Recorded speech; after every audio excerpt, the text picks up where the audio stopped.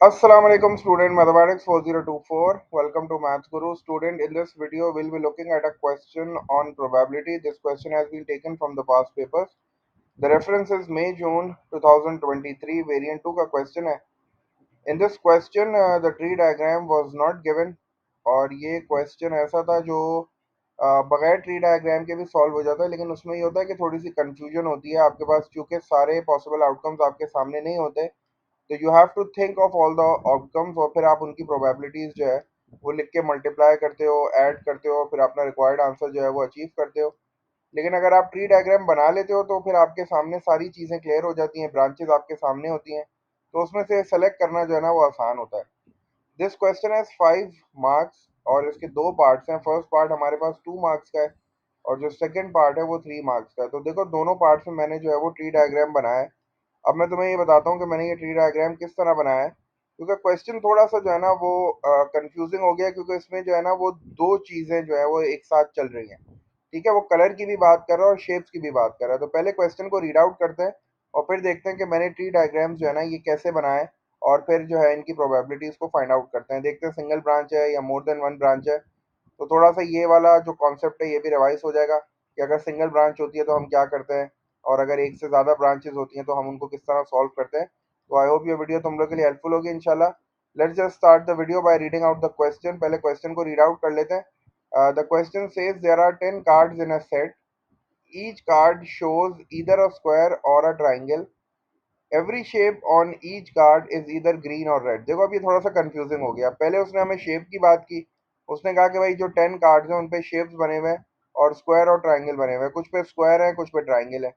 फिर आगे जाके कह रहा है कि भाई अब जो स्क्वायर और ट्राइंगल बने हुए हैं ना, इसमें से जो है वो कुछ ग्रीन है और कुछ रेड है. तो थोड़ा सा कंफ्यूजिंग हो गया question. The table shows the number of cards of each type.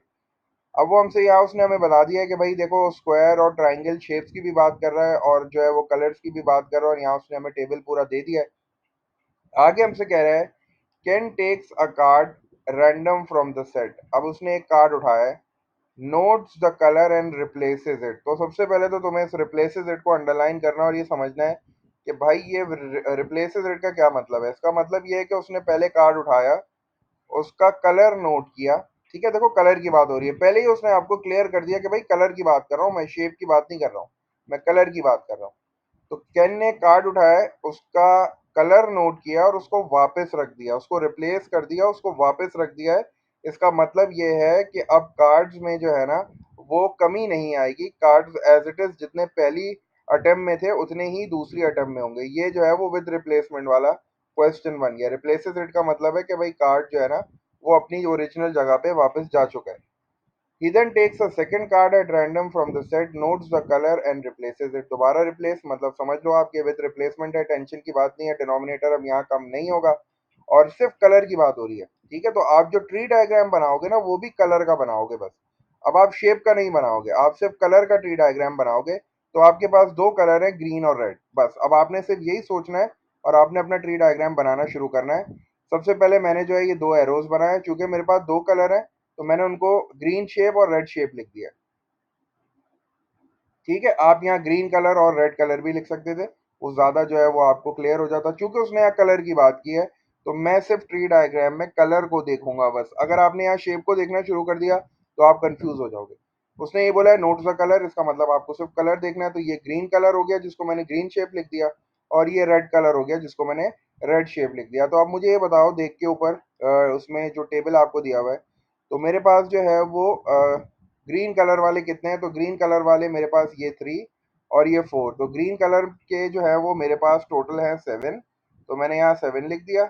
और मेरे पास जो रेड कलर वाले हैं 1 + 2 वो 3 हो गए. तो अब देखो मैंने ट्री डायग्राम को जो है वो आपको तो पता है ट्री डायग्राम कैसे. तो पहले दो बना दिया आपने, फिर इसके आगे चूंकि आपके पास दो ही ऑप्शन है तो आपने यहाँ दो एरोज और बना दिया और दो एरोज और बना दिया. फिल करना शुरू करते हैं इसको. ये ग्रीन कलर हो गया. ठीक है, जिसको मैंने ग्रीन शेप बोल दिया और रेड शेप बोल दिया. अब ग्रीन शेप कितने हैं, 7 है, और टोटल कार्ड्स कितने हैं, 10. तो ये हो गया 7/10. तो अगर 10 में से 7 कार्ड्स ग्रीन है तो इसका मतलब रेड कितने होंगे, तो रेड तो 3 है. ठीक है, और रेड वैसे भी मुझे समझ में आ रहा है 7 + 3 10 होते हैं, तो ये 3/10 हो गई. ठीक है, प्रोबेबिलिटीज मैंने फिल करना शुरू कर दी. 7/10 हो गई, 3/10 हो गई. ठीक है, चूंकि कलर की बात कर रहा था तो मैं सिर्फ कलर को देख रहा हूँ. अच्छा, चूंकि इसने बोला है रिप्लेसेस इट, तो टेंशन की बात ही कोई नहीं है, आगे डिनोमिनेटर 10 ही रहेगा हर बार। ठीक है, तो अब दोबारा ग्रीन कलर कितने होंगे भाई, 7/10 होंगे।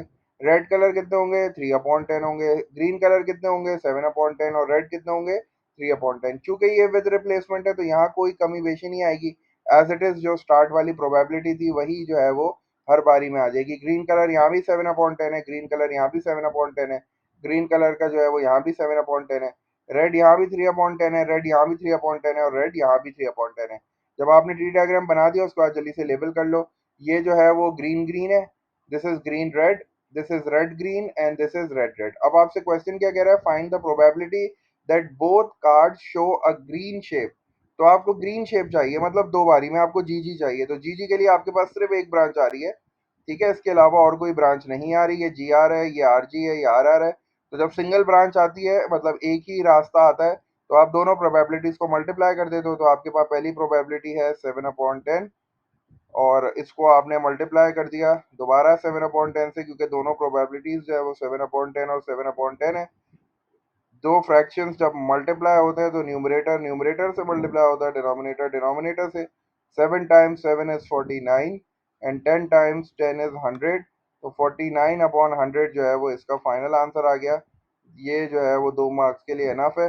2 मार्क्स से ही आपको देख के समझ में आ जाना चाहिए कि भाई यहाँ दो प्रोबेबिलिटीज आने वाली हैं। तो ये जो था वो फर्स्ट पार्ट का सोल्यूशन हो गया। ट्री डायग्राम बनाने के बाद बहुत आसान हो गया। वैसे अगर बगैर ट्री डायग्राम के भी आप इस क्वेश्चन को सॉल्व कर लेते तो आपके मार्क्स जो है वो कट नहीं होते। ट्री डायग्राम मैंडेटरी नहीं होता, हम ट्री डायग्राम बना लेते हैं ताकि जो है वो गलती से बच सके। सेकंड पार्ट में आपसे कह रहा है कि Irina takes 2 card at random from the set of 10 without replacement. अब देखो विदाउट रिप्लेसमेंट दे दिया उसने, इसका मतलब है कि यहाँ जो है वो ओरिजिनल कार्ड एक बार जब निकला है तो वो वापस नहीं जा रहा अपनी जगह पे, वो रिप्लेस नहीं हो रहा विदाउट रिप्लेसमेंट। इसका मतलब है डिनोमिनेटर कम हो जाएगा। और अब किसकी बात कर रहा है, ट्री डायग्राम किसका बनाओगे, आगे कह रहा है find the probability that both card show the same shape. अब शेप की बात हो रही है बस।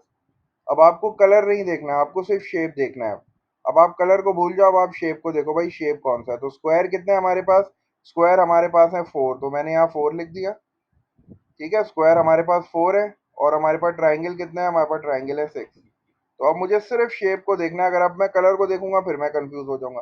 तो मैंने उसी तरह ट्री डायग्राम बना ली मैंने। ठीक है, पहले मेरे पास दो ऑप्शन थे और फिर हर ऑप्शन के दो दो ऑप्शन मैंने ऐसे निकाल दिए।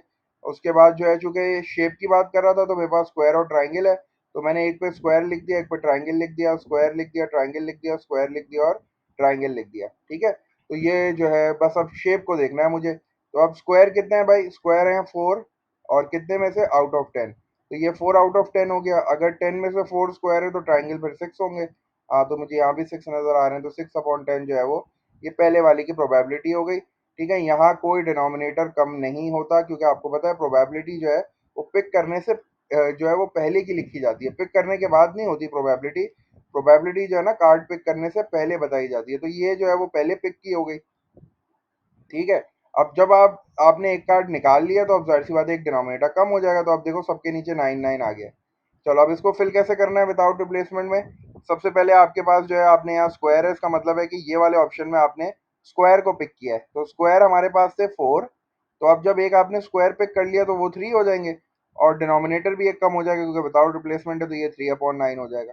आपने स्क्वायर पिक किया, आपने ट्राइंगल तो पिक नहीं किया, तो ट्राइंगल ओरिजिनली कितने थे, 6 थे, तो ट्राइंगल 6 ही रहेंगे। डिनोमिनेटर चूंकि कम हो गया, आप जो है स्क्वायर पिक कर चुके, तो ये 6/9 हो गया। ठीक है, इसी तरह जब मैं दूसरे वाले ऑप्शन में आऊंगा तो मैंने यहाँ अज्यूम किया कि मैंने ट्राइंगल पिक किया है, तो ट्राइंगल पिक करने के लिए 6/10 थे, तो ट्राइंगल पिक किया तो 6 में से एक कम होकर 5 हो गया, और 10 में से भी एक कम हो गया 9, क्योंकि विदाउट रिप्लेसमेंट है तो 5/9 हो गए।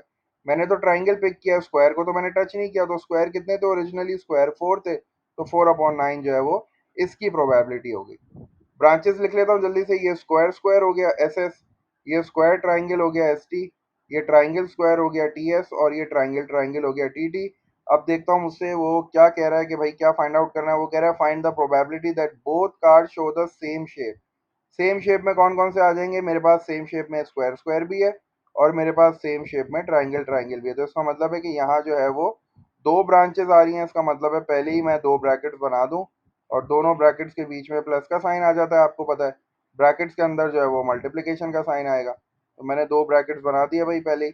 अब मैं जल्दी से इनकी प्रोबेबिलिटीज लिख लेता हूँ। पहले है स्क्वायर स्क्वायर, तो ये 4/10 और 3/9। तो मैं इनको पहले लिख लेता हूँ 4/10 मल्टीप्लाई बाय 3/9। आपको पता है ब्रैकेट्स के अंदर मल्टीप्लिकेशन होती है और ब्रैकेट से बाहर जो है वो प्लस का साइन आता है। तो ये हो गया आपके पास 3/9 हो गया। और फिर दूसरी वाली कौन सी है, ट्राइंगल ट्राइंगल, तो ये है 6, 10 और 5/9। तो ये हो जाएगा 6/10 और मल्टीप्लाई बाय 5/9। अब जल्दी से जो है वो सिंप्लीफाई करने की ज़रूरत नहीं है, आप इनको मल्टीप्लाई करो ताकि एलसीएम लेने में आसानी हो। तो ये क्या हो जाएगा, this will be 4 times 3 is 12, तो ये 12/90 हो जाएगा।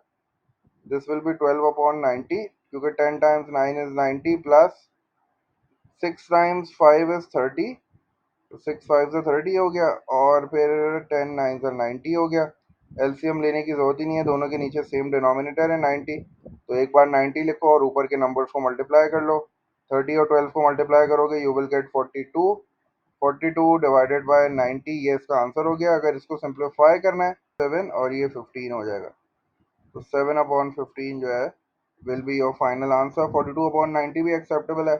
6 से रिड्यूस कर दिया मैंने, 6 times 7 is 42 and 6 times 15 is 90। तो that was the question on probability, जिसमें हो सकता है कि आपको ट्री डायग्राम जो है वो आप बोलोगे नहीं ट्री डायग्राम के बगैर भी मैं कर सकता हूँ। तो बिल्कुल कर सकते हो, लेकिन उसमें फिर ये होता है कि आपको जो है वो श्योरिटी नहीं आती, क्योंकि उसमें आपको सोचना पड़ता है सारे पॉसिबल आउटकम्स। तो आपको ये टेबल देख के सारे पॉसिबल आउटकम्स बनाने पड़ेंगे, तो उसके लिए थोड़ा सा प्रॉब्लम हो जाता है। It's better to draw the tree diagram, क्योंकि 3 मार्क का था तो अच्छा था कि इसमें गलती का चांस नहीं होना चाहिए। तो ट्री डायग्राम के लिए ज़रूरी है कि क्वेश्चन को देखो, क्योंकि ज़्यादातर क्वेश्चन मैंने देखा है पास पेपर में वो आपको कंफ्यूज करने के लिए ना एक से ज़्यादा चीज़ें इंट्रोड्यूस कराते हैं। जैसे यहाँ उसने शेप और कलर दोनों चीज़ें इंट्रोड्यूस कराई हैं, लेकिन आपको जो है वो कंफ्यूज नहीं होना। You just have to focus on the question. Question में उसने ग्रीन के बारे में बात की, शेप, ग्रीन शेप कह रहा है ना, तो ग्रीन कलर की बात की उसने। उसने शेप की कोई बात नहीं की, उसने कहा भाई ग्रीन कलर इंपॉर्टेंट है बस। तो इसका मतलब है कि आप कलर की बनाओगे। और फिर यहाँ उसने बोला कि भाई मुझे शेप चाहिए, कलर की मुझे इंपॉर्टेंस नहीं है, मुझे शेप की बात करनी है। तो फिर आपने यहाँ शेप का बनाया। ठीक है, तो आई होप ये क्वेश्चन तुम लोगों को समझ में आया होगा। अ, इसको ज़रूर देखना वीडियो को। ये क्वेश्चन रीसेंट क्वेश्चन है, बिल्कुल मेरे ख्याल से मई जून 2023 का ही है, वेरिएंट 2 का।